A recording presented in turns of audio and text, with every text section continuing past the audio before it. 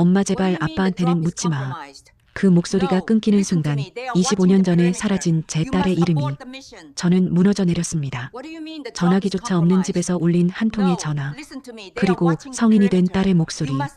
그 마지막 문장은 제가 25년 동안 믿어온 모든 진실을 산산이 부숴버렸습니다. 진짜 나쁜 사람은 아빠가 아니야.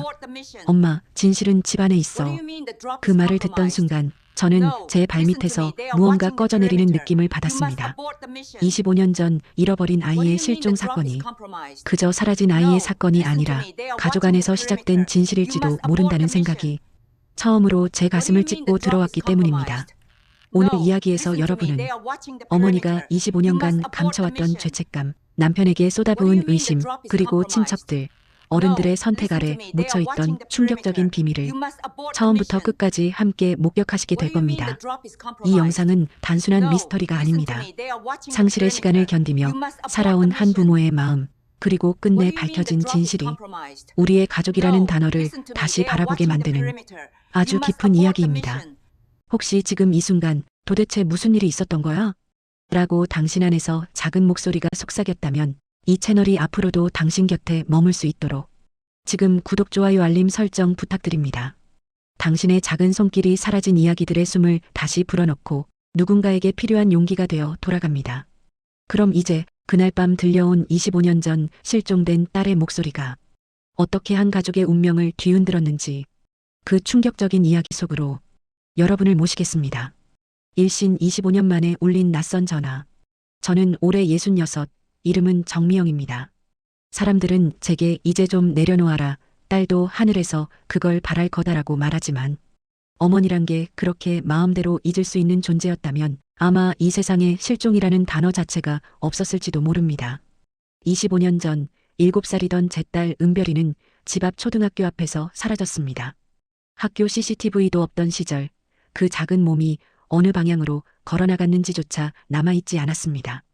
책가방도 운동화도 머리핀 하나도 찾지 못한 채 사건은 미제로 남았고 경찰서는 범인도 시신도 증거도 없는 가장 잔인한 실종 사건이라고 했습니다. 그날 이후 제 인생은 날짜가 아니라 몇 년째라는 숫자로만 흘렀습니다. 은별이를 잃은 지 1년째, 5년째, 10년째. 남편과 저는 서로를 탓하며 결국 갈라섰고 남편은 몇 해 전 지병으로 먼저 세상을 떠났다는 소식만 전해 들었습니다. 그날도 평소처럼 허리까지 굽힌 자세로 동네 반찬 가게를 정리하고 집에 돌아왔을 뿐입니다.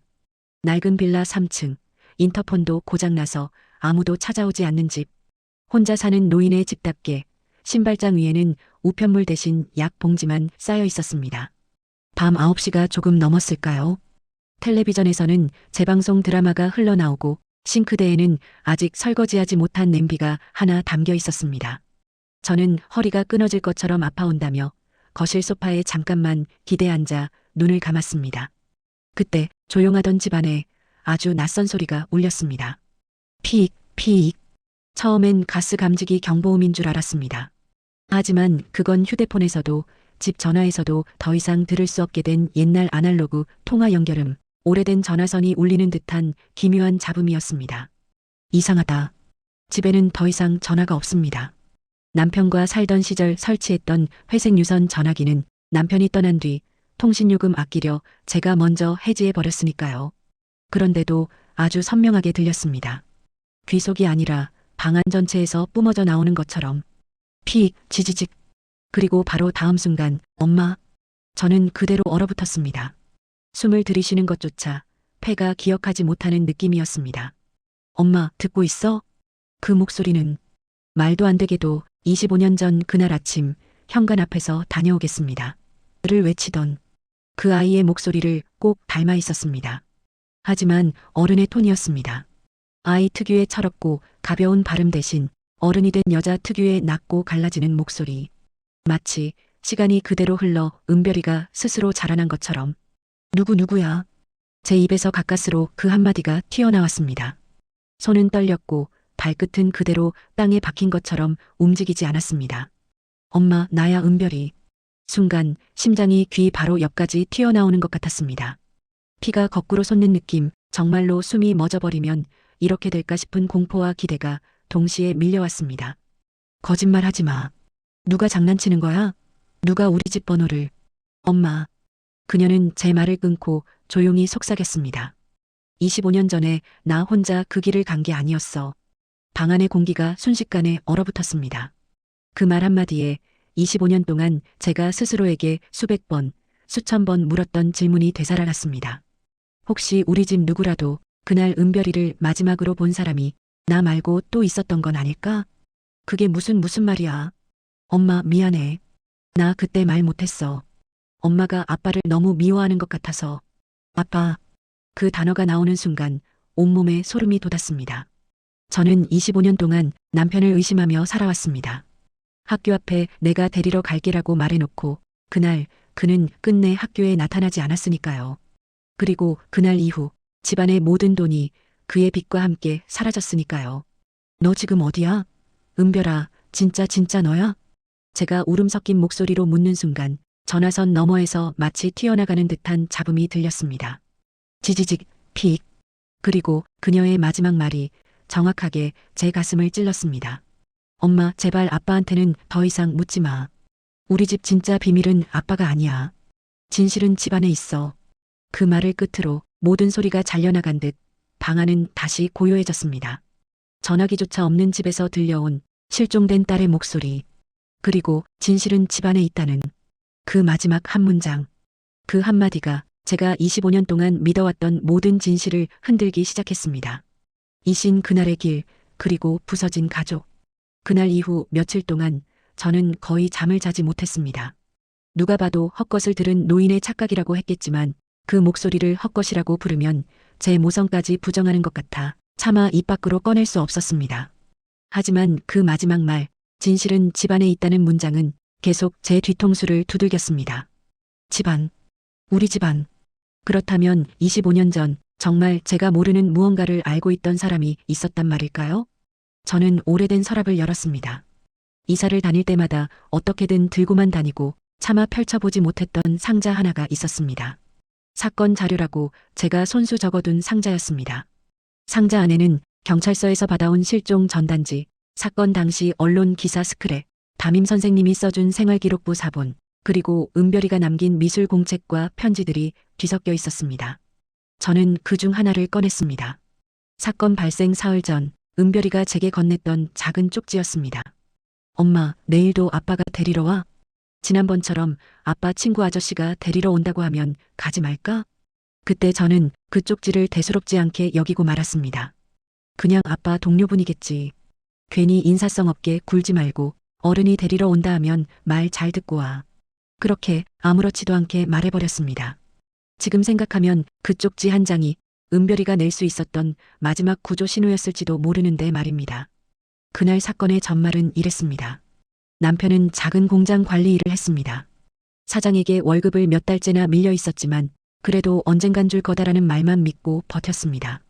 그러다 어느 날 공장 사장이 도망을 갔습니다. 빚쟁이들은 남편을 붙들고 책임자니까 내가 책임져라라며 멱살을 잡았습니다. 그 무렵 남편은 집에 들어와도 말수가 줄어들었습니다.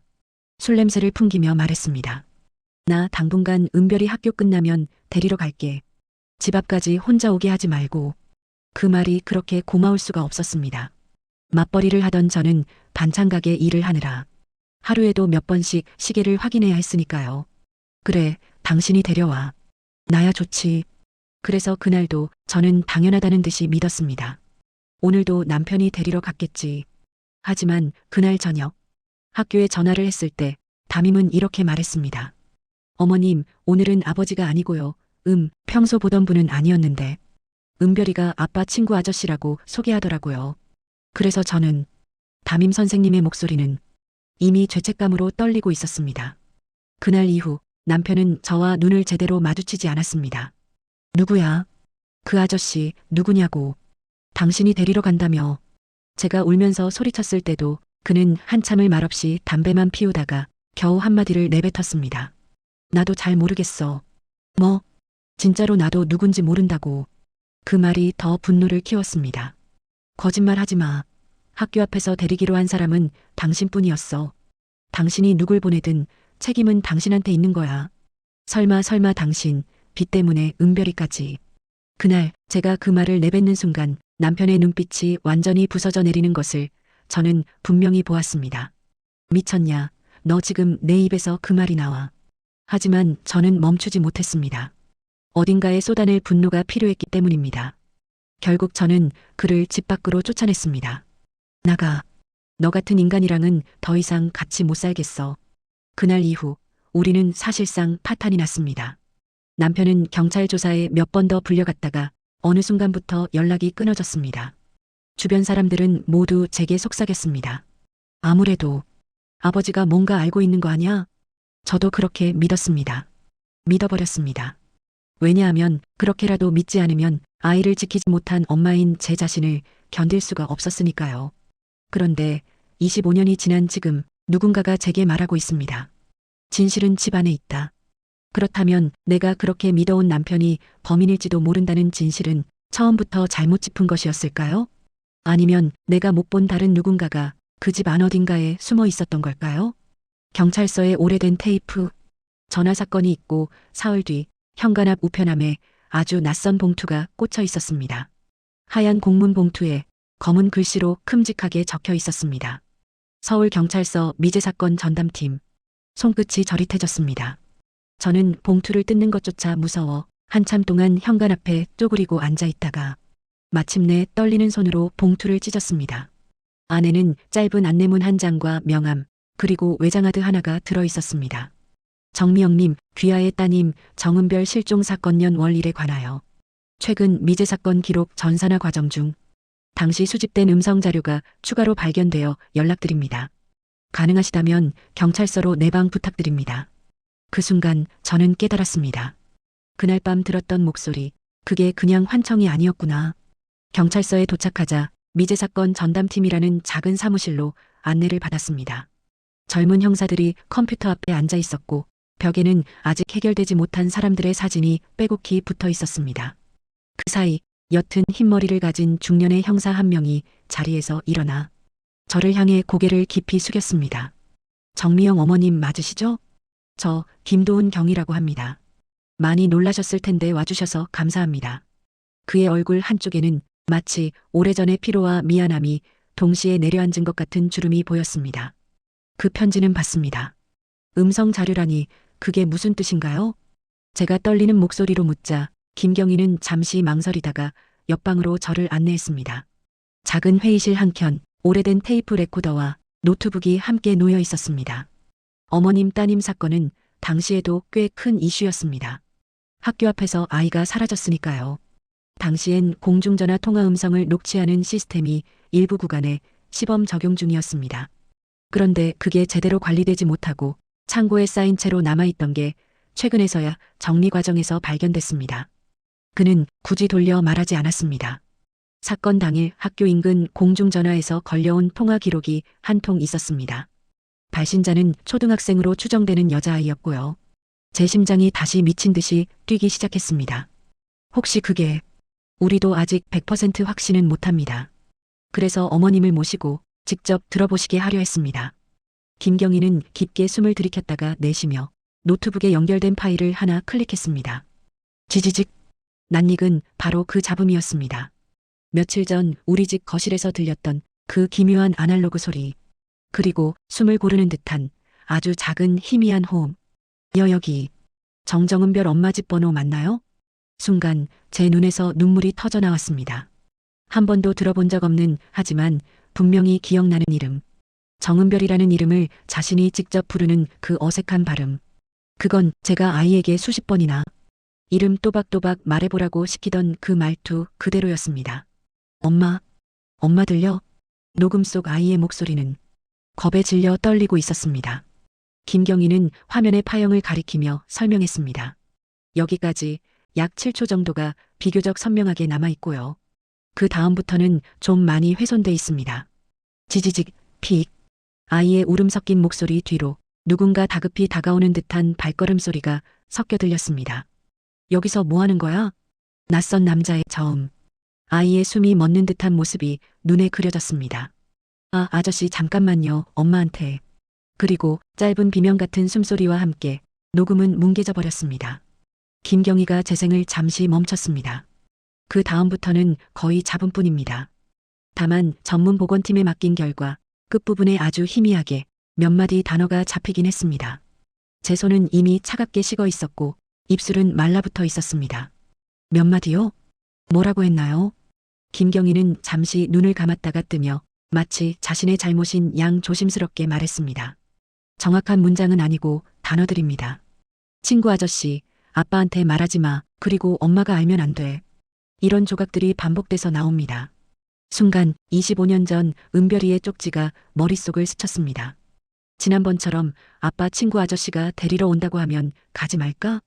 제가 그때 했던 대답이 귀를 때리듯 쿵 하고 내려앉았습니다. 괜히 인사성 없게 굴지 말고 어른이 데리러 온다 하면 말 잘 듣고 와. 그 말을 하고 저는 아무렇지도 않게 가게 문을 열고 나갔습니다. 아이의 눈빛에 스친 조금의 망설임과 두려움을 끝내 알아차리지 못한 채 어머님, 김경희의 목소리가 조심스럽게 들려왔습니다. 우리가 지금까지 추정하는 바로는 아이를 데리고 간 사람은 아버지가 아닐 가능성이 높습니다. 이 통화 녹취에서는 아이도 그리고 뒤에 들리는 목소리도 아버지를 언급하며 아빠한테는 말하지 말라고 반복합니다. 그럼 누구란 말입니까? 제가 겨우 묻자 김경희는 깊은 한숨을 내쉬었습니다. 그게 문제입니다. 아이 입에서 나온 아빠 친구 아저씨라는 표현은 당시 주변인 조사에서 딱히 특정되지 않았습니다. 하지만 그는 조심스럽게 제 눈을 바라보며 말을 이어갔습니다. 어머님 댁 당시 함께 살던 가족분들 중에 혹시 아빠 친구로 자주 집에 드나들던 분 계셨습니까? 그 질문 한마디에 저는 잊고 싶었던 얼굴 하나를 떠올렸습니다. 남편의 빚을 함께 등 떠밀던 공장 사장의 형. 그리고 사건 직후부터 갑자기 우리 집 근처에서 자취를 감춰버린 사람. 남편의 유품 상자. 집으로 돌아온 뒤 저는 오랫동안 손도 대지 못했던 방 하나의 문을 열었습니다. 남편과 살던 방. 그가 떠나고 난 뒤 거의 창고처럼 봉인해 두었던 공간이었습니다. 이불 냄새에 섞인 곰팡이 냄새, 벽에 박힌 못자국, 낡은 옷장 안에 아직도 걸려있는 그의 작업복들. 모든 것이 시간이 멈춰버린 듯한 풍경이었습니다. 제가 이 방을 쉽게 정리하지 못했던 이유는 남편에 대한 미움 때문만은 아니었습니다. 언젠가 진실이 밝혀지는 날이 오면 이 방 어딘가에서 그 단서를 찾게 될지도 모른다는 어설픈 기대 때문이었습니다. 옷장 맨 위 먼지가 수북이 쌓인 종이 상자가 하나 있었습니다. 손대지 마시오. 굵은 매직으로 써놓은 글씨가 마치 지금도 저를 밀어내는 것 같았습니다. 하지만 이제는 열어야 할 때였습니다. 저는 마스크를 하나 꺼내 쓰고 상자를 조심스럽게 내려 바닥에 놓았습니다. 테이프를 떼어내자 안에는 여러 개의 파일과 노트, 그리고 낡은 카세트 테이프들이 가지런히 꽂혀 있었습니다. 그중 하나, 샛노란 스티커가 붙은 테이프 하나가 제 눈을 사로잡았습니다. 은별 첫 통화 연습. 순간 그게 무엇인지 단번에 떠올랐습니다. 그해 봄 아이에게 혹시나 길을 잃으면 집 전화번호를 외워서 전화해라라며 유선 전화로 통화 연습을 시키던 날이 있었습니다. 남편은 그 모습을 너무 귀엽다고 하며 카세트 테이프로 녹음까지 했었습니다. 당신, 그게 뭐 그렇게 대단하다고 녹음을 해? 라고 웃으며 말했던 제 기억이 떠올랐습니다. 그럼에도 그는 그 테이프를 소중하게 서랍에 넣어두곤 했습니다.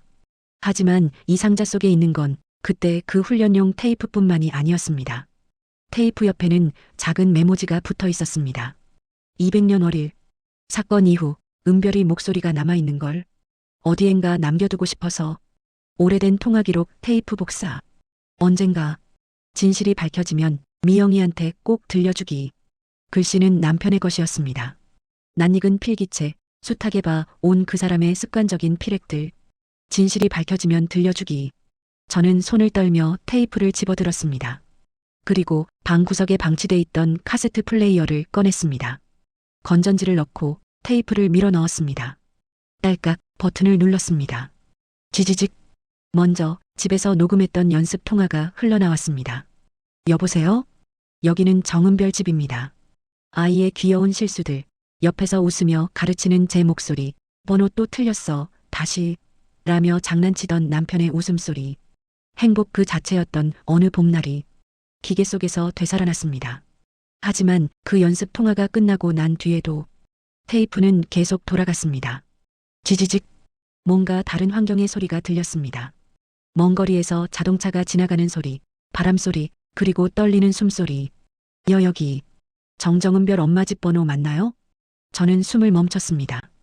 경찰서에서 들었던 바로 그 음성이었습니다. 하지만 이번에는 그때보다 조금 더 길었습니다. 엄마, 엄마 들려? 남편은 아마도 경찰서 어디선가 이 음성을 복사해 온 모양이었습니다. 그때는 기술이 좋지 않아 잡음이 많았지만 그는 가능한 한 깨끗한 부분만 모아 이 테이프에 옮겨 담았던 것 같습니다. 그리고 경찰서에서 끊겼던 부분 뒤로 조금 더 음성이 이어졌습니다. 아저씨, 잠깐만요. 엄마한테 약속했단 말이에요. 아빠 친구 아저씨 맞죠? 아이의 목소리는 여전히 떨리고 있었지만 중간중간 들리는 단어는 분명했습니다. 아빠한테는 말하지 말래요. 엄마는 모르는 게 좋대요. 그 순간 저는 이해할 수 없었습니다. 누가 왜 엄마는 모르는 게 좋다고 했을까? 그리고 마지막 순간 지지직하는 잡음 속에서 아이가 울먹이며 내뱉은 마지막 한 문장이 테이프 속에서 또렷하게 흘러나왔습니다. 엄마, 아빠 탓하지 마. 진짜 나쁜 사람은 아빠 아니야. 그 한 문장이 끝나자마자 누군가 다급히 수화기를 낚아채는 듯한 소리가 들리고 테이프는 끊어졌습니다. 저는 그대로 바닥에 무릎을 꿇었습니다. 25년 동안 저는 남편을 의심하고 미워하며 살아왔습니다. 너 때문이야. 내가 우리 딸을 데려간 거야. 수없이 속으로 저주했고 그가 병들었다는 소식을 들었을 때도 차마 병문안을 가지 않았습니다. 그런데 실종된 딸의 마지막 말은 제가 가장 강하게 믿어온 그 진실을 한순간에 뒤집어 버렸습니다. 진짜 나쁜 사람은 아빠가 아니야. 그렇다면 진짜 나쁜 사람은 누구였을까요? 그리고 왜 그 사람은 엄마는 모르는 게 좋다고 했을까요? 오신 공장 사장의 형, 그리고 사라진 그림자. 다음 날 저는 다시 경찰서를 찾았습니다. 김도훈 경위는 제가 들고 온 테이프를 보자마자 눈을 크게 떴습니다. 이건 남편 유품 상자에서 나왔어요. 아마 예전에 경찰서에서 복사해 온 모양이에요. 이건 조금 더 길게 들립니다. 우리는 회의실에 앉아 테이프와 경찰서에 있던 원본 파일을 함께 비교했습니다. 전문 보건 요원이 부른 사람들과 함께 노트북 화면에는 파형이 확대돼 있었고 소리는 수십 번이고 반복 재생되었습니다. 그 과정에서 새로운 단어 하나가 더 드러났습니다. 사장님 형 아저씨. 보건 요원은 화면을 가리키며 말했습니다. 여기 아이가 사장님 형 아저씨라고 말하는 것 같습니다. 아빠 친구 아저씨라는 표현과 비슷한 맥락으로 보이고요. 김경희가 제 쪽을 바라보았습니다. 어머님, 당시 남편분이 일하시던 공장의 사장님, 혹시 형제가 있었다고 들으신 적 있으신가요? 저는 천천히 고개를 끄덕였습니다. 네, 있었습니다. 실제로 공장 일을 돌보던 건 사장이었고 돈 관리는 형이 했다고 들었습니다. 사람들이 사장 형님이라고 불렀죠. 집에도 몇 번 왔었어요. 남편 빚 독촉하러. 기억 속 그의 얼굴이 떠올랐습니다. 고급 양복 차림에 늘 계산기를 두드리던 손. 웃을 때조차 눈가엔 웃음기 하나 없던 사람. 사건 나고 얼마 안 돼서 그분이 갑자기 안 보이더라고요. 공장 사람들도 다들 어디 외국 나갔다느니 빚쟁이들 피해서 도망갔다느니 말이 많았죠. 김경희는 이미 무언가를 떠올린 듯 빠르게 컴퓨터에 무언가를 입력하기 시작했습니다. 그분 성함 기억나십니까? 성은 이 씨였던 걸로. 이상무? 이. 정확한 이름은 기억 안 나요. 남편이 늘 형님하고 따라다녀서. 잠시 후 화면에는 오래된 주민등록 인적 사항들이 떠올랐습니다. 여기 있네요. 이상문, 당시 공업사 대표의 친형. 사건 이후 해외 출국 기록이 있습니다. 그리고 다시 입국한 기록은 없고요. 김경희의 얼굴이 굳어졌습니다. 어머님, 사건 당시 이상문 씨와 관련된 조사는 제대로 이루어지지 않았습니다. 왜요? 그때 수사 기록을 보면 재정난으로 도주 중인 용의자 정도로만 분류돼 있습니다. 실종 사건과의 연관성은 크게 고려되지 않았던 것 같습니다. 당시 초동 수사가 전반적으로 좀. 그는 말끝을 흐리며 마치 본인이 책임자인 듯 고개를 숙였습니다. 죄송합니다, 어머님. 그때 저희가 좀 더 집요하게 파고들었어야 하는데. 그의 사과에 저는 묘한 감정이 들었습니다. 경희님 잘못이 아니에요. 25년 전이라면서요. 그때는 그 누구도 이게 이렇게 오래 갈 줄 몰랐겠죠. 하지만 속으로는 다른 감정이 끓어오르고 있었습니다. 남편은 이걸 알고 있었던 걸까? 유품 상자 속 남편의 노트를 다시 떠올렸습니다. 언젠가 진실이 밝혀지면 미영이한테 꼭 들려주기. 그는 왜 제게 직접 말하지 않았을까요?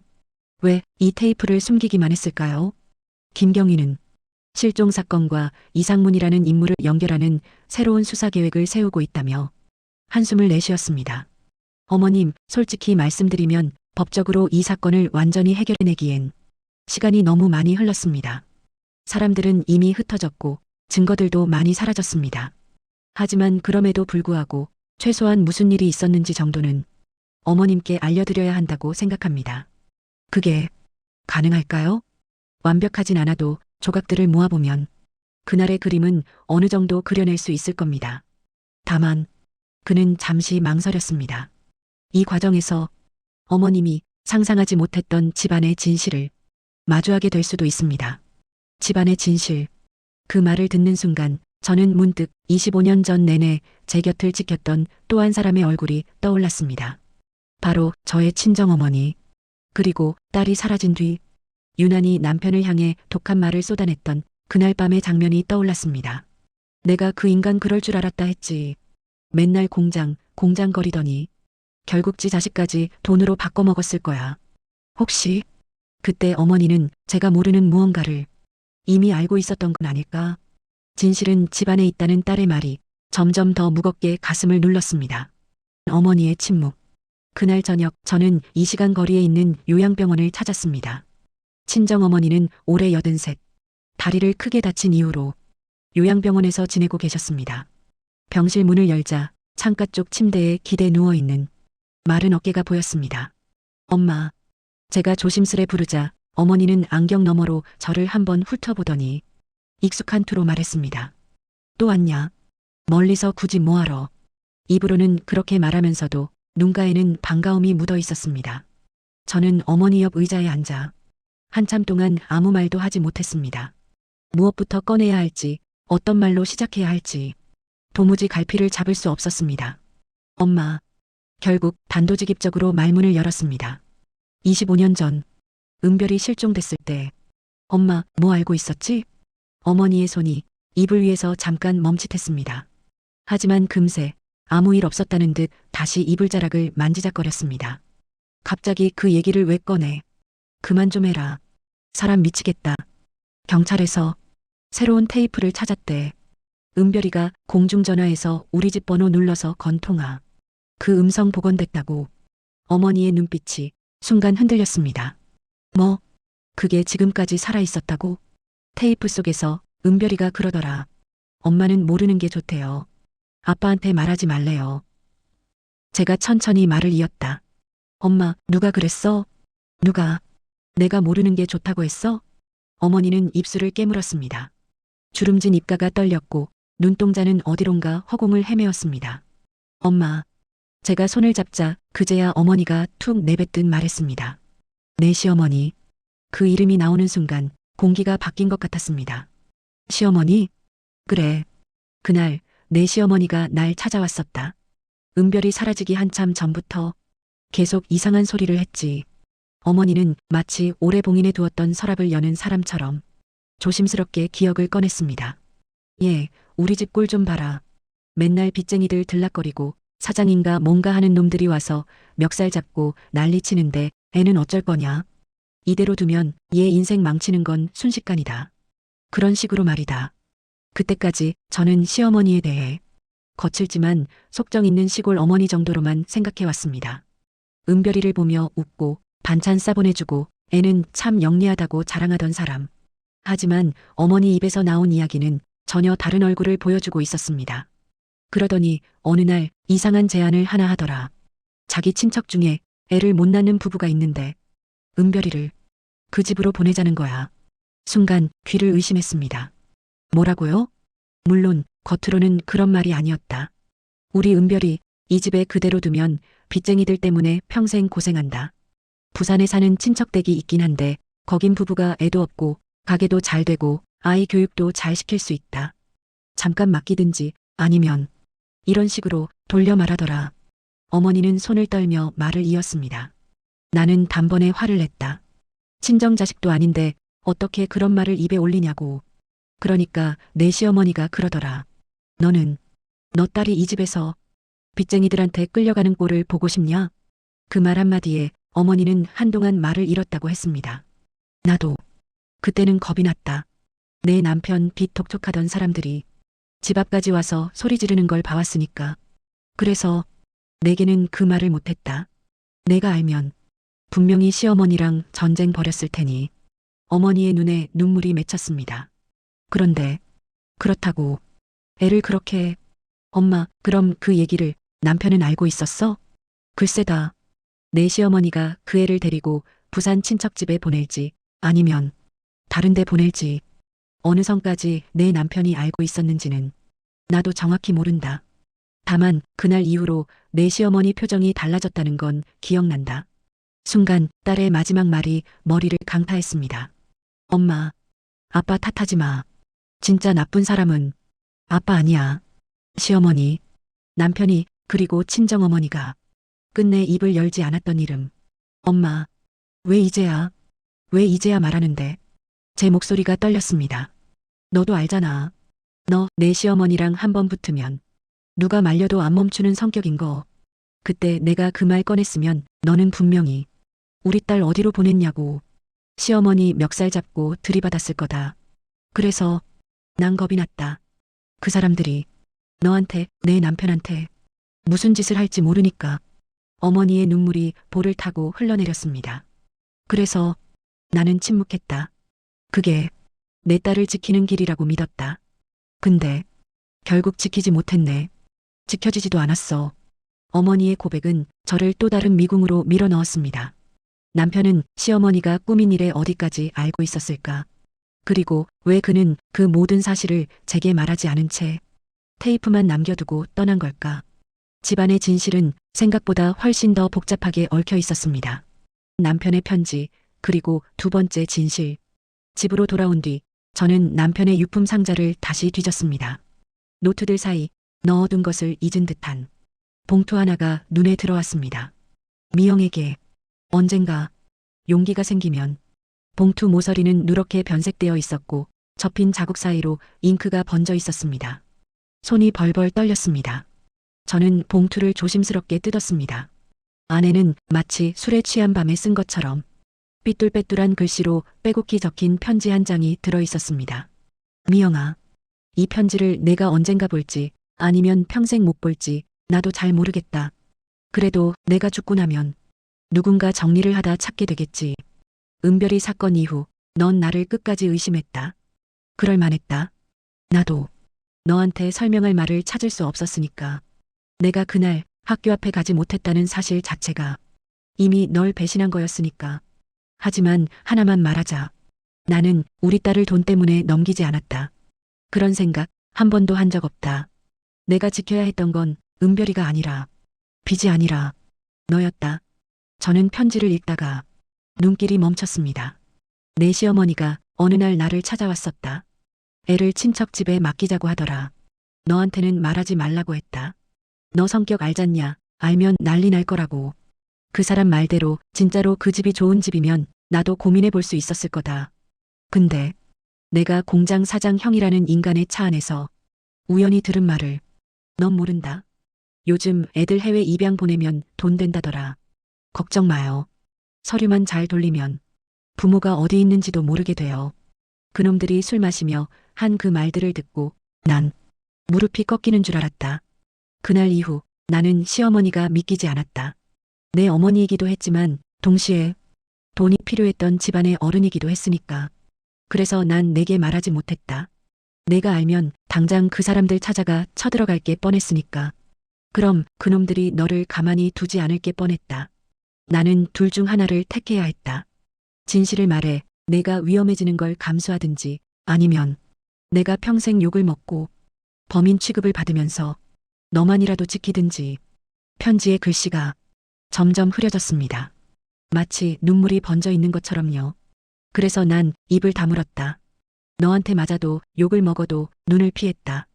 내가 나를 떠나도 그게 결국 널 지키는 길이라고 믿었다. 경찰에 시어머니와 그놈들에 대한 의심을 말하지 않은 건 내 평생의 죄다. 그 벌이라면 평생 너한테 오해받으며 사는 걸 감수해야겠지. 그래도 한 가지는 꼭 말해두고 싶다. 은별이는 우리가 버린 게 아니다. 우리가 지키지 못한 거다. 그 차이 하나가 나한테는 너무 중요하다. 언젠가 진실이 조금이라도 드러나는 날이 오면 이 테이프를 들려줘라. 은별이가 남긴 마지막 말, 진짜 나쁜 사람은 아빠가 아니다라는 그 말을 꼭 내 귀로 듣게 해줘라.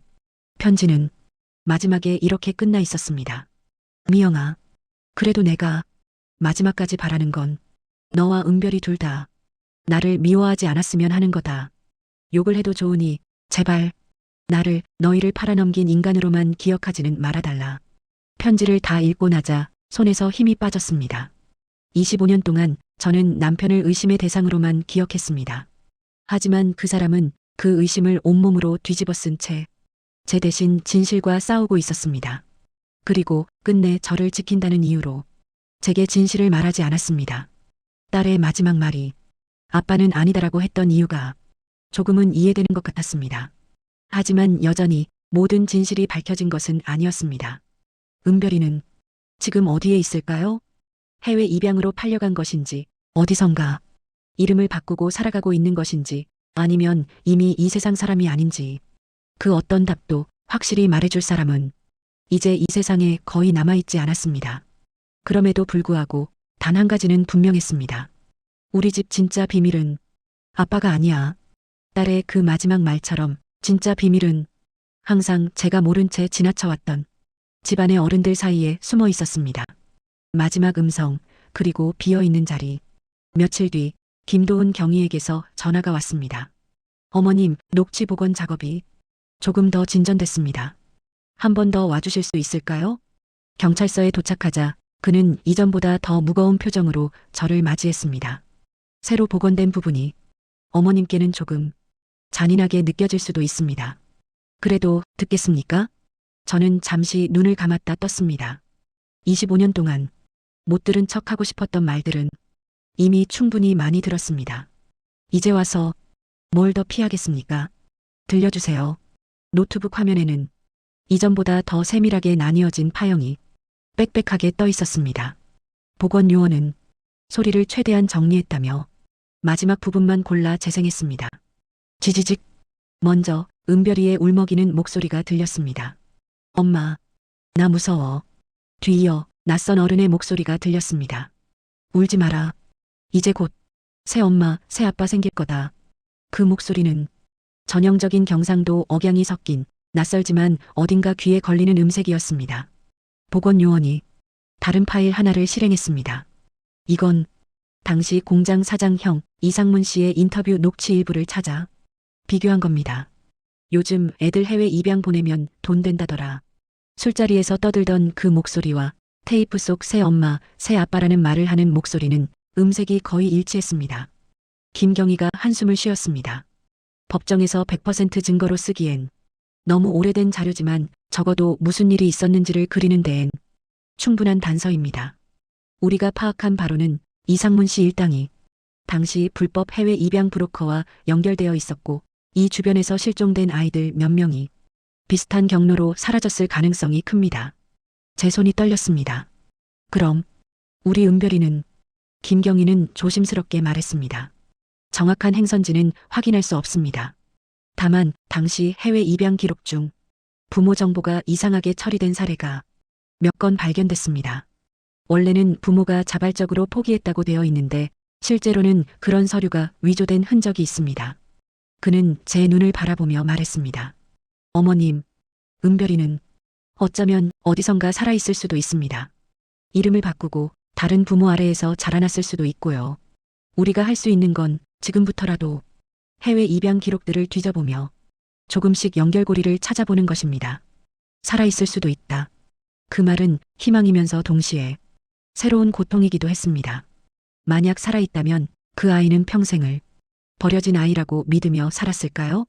한국의 친부모가 나를 팔아넘겼다고 오해하며 살아왔을까요? 그리고 혹시라도 언젠가 한국을 찾는다면 그 앞에서 저는 무슨 얼굴로 서 있어야 할까요? 김경희는 마지막으로 하나의 음성을 더 들려주겠다며 노트북을 켰습니다. 사실 어머님 댁집 전화로 걸려온 이상한 전화 한 통 기록이 있었습니다. 25년 전이 아니라 딱 5년 전입니다. 지지직 잡음 뒤로 낯선 여성의 목소리가 들렸습니다. 여보세요. 혹시 정은별 씨 댁 맞나요? 그 목소리는 서툰 한국말이 섞여 있었지만 분명히 한국어였습니다. 제가 어렸을 때 입양 온 나라에서 기록을 찾다가 이 번호를 알아냈어요. 기록의 뒤쪽은 길지 않았습니다. 혹시 제가 찾는 분이 아니라면 죄송합니다. 그래도 한 번쯤은 전화해보고 싶었어요. 그 음성은 끝내 누구와도 연결되지 못한 채 끊겨 있었습니다. 김경희가 조용히 말했습니다. 그때 이 번호는 이미 해지된 상태였습니다. 통신사 서버에 남아있던 로그만 이제야 우리가 확인한 겁니다. 그 말을 듣는 순간 모든 게 하나로 이어졌습니다. 25년 전 공중전화에서 걸려온 첫 통화, 그리고 5년 전 어딘가에서 입양 기록을 뒤지다 겨우 찾아낸 집 전화번호로 걸어온 두 번째 통화, 그리고 며칠 전 전화기조차 없는 제 집에서 들려온 그 목소리. 엄마, 나야 은별이. 어쩌면 그 마지막 목소리는 진짜 전화가 아니라 내 마음속에 남아있던 은별이의 흔적이 스스로 말을 건 것이었을지도 모릅니다. 엄마, 아빠 탓하지 마. 진짜 나쁜 사람은 아빠가 아니야. 25년 동안 저는 남편을 의심하며 살아왔습니다. 하지만 진실은 집안에 있으면서도 늘 제 눈을 피한 채 숨어 있었습니다. 시어머니의 잘못된 선택, 돈에 눈이 먼 사람들의 거래, 그리고 그 모든 걸 막지 못한 어른들의 침묵. 그중 하나가 바로 저라는 사실을 이제야 인정하게 되었습니다. 그래서 저는 마지막으로 마음속으로 이렇게 말했습니다. 은별아, 엄마가 너를 지키지 못해서 미안해. 그리고 너 아빠를 그렇게 미워해서 그 사람을 외롭게 둬서 정말 미안해. 텅 빈 거실, 낡은 전화선조차 남아있지 않은 공간에서 저는 한동안 그렇게 허공을 향해 머리 숙여 사과를 했습니다. 그때 어디선가 아주 조용한 아이의 웃음소리가 들린 것 같았습니다. 분명 아무도 없는데도 말입니다. 25년 동안 멈춰있던 시간은 결국 한 통의 전화, 그리고 딸의 마지막 목소리로 다시 흐르기 시작했습니다. 진실은 때로 우리가 견딜 수 있을 만큼만 조금 늦게 찾아오는지도 모르겠습니다. 그날 내가 아이 손을 놓지 않았더라면, 그 말을 그때 딱 한 번만 더 했더라면, 어른이 되고 부모가 되고 나이를 먹어갈수록 우리 마음속에는 누구에게도 닿지 못한 문장들이 쌓여갑니다. 오늘 이야기 속 부모처럼 당신 마음 어딘가에도 끝내 마침표를 찍지 못한 문장이 조용히 웅크리고 있을지 모르겠습니다. 우리가 할 수 있는 일은 지나간 시간을 바꾸는 것이 아니라 지금 이 순간 내 곁에 남아있는 사람에게 조금 더 솔직해지고 조금 더 따뜻해지는 것뿐일지도요. 혹시 오늘 이야기가 당신 마음 어딘가를 살짝 건드렸다면 댓글로 당신만의 기억과 생각을 들려주세요. 당신의 한 줄이 또 다른 누군가에게는 긴 밤을 버텨내게 해주는 위로가 될 수 있으니까요. 앞으로도 잊고 지냈던 우리의 상처와 비밀, 그리고 그 속에 숨어있던 사랑의 얼굴들을 조심스럽게 꺼내어 비춰드리겠습니다. 지금까지 당신의 마음 이야기들을 함께 들어드리는 채널 노을 담은 목소리였습니다. 고맙습니다.